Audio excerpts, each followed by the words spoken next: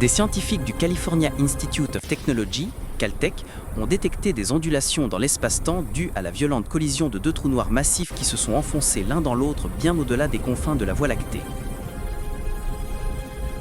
Cette collision est un événement extrêmement rare et qui n'aurait pas dû se produire, du moins selon les hypothèses formulées jusqu'à présent sur la nature des trous noirs. Cette collision, qui remet en question les modèles théoriques traditionnels, a été observée grâce à l'Observatoire d'ondes gravitationnelles par interférométrie laser, LIGO. Ce détecteur a été conçu pour enregistrer les ondulations de l'espace-temps générées par les collisions d'objets massifs. Nous observons les événements les plus violents et les plus extrêmes de l'univers grâce aux plus petites mesures que nous puissions effectuer, a déclaré Mark Hannam, directeur de l'Institut pour l'exploration de la gravité à l'Université de Cardiff au Royaume-Uni, à la BBC. Jusqu'à présent, on pensait qu'il n'existait que deux types de trous noirs. Les premiers, de la taille du Soleil, et les autres, galactiques. Le LIGO a observé une catégorie intermédiaire jamais observée auparavant. D'après Mark Hannam, les trous noirs impliqués dans la récente collision ont des masses comprises entre 100 et 140 fois celles du Soleil.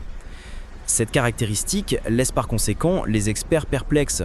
Le scientifique lui-même en explique les raisons à la BBC.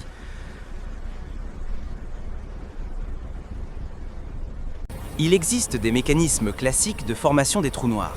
Lorsque les étoiles épuisent leur combustible, elles meurent et s'effondrent.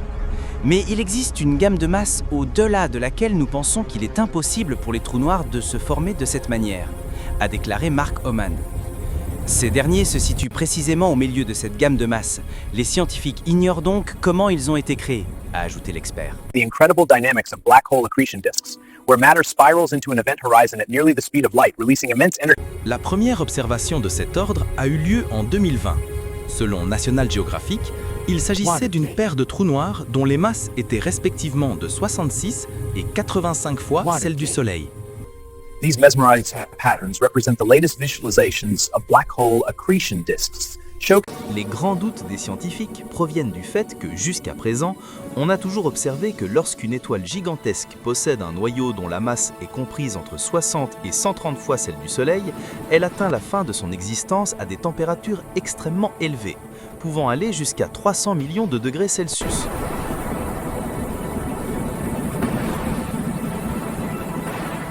Ainsi, les particules de lumière se transforment spontanément en électrons et en leurs antiparticules, les positrons. Celles-ci ne peuvent plus maintenir les couches externes de l'étoile qui s'effondrent avec une telle violence qu'elles détruisent complètement le noyau. Aucun trou noir ni aucune autre structure ne se forme, selon National Geographic.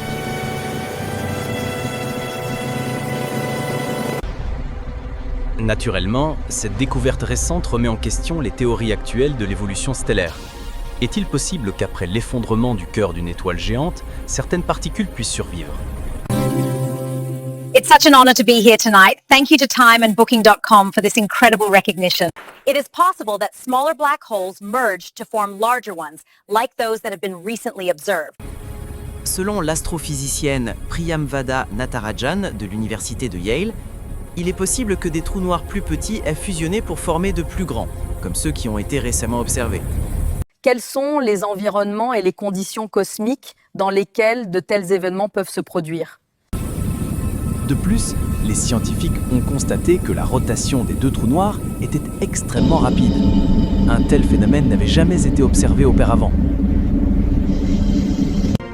Certains experts pensent que l'accélération se produit lorsque deux trous noirs entrent en collision et s'influencent mutuellement.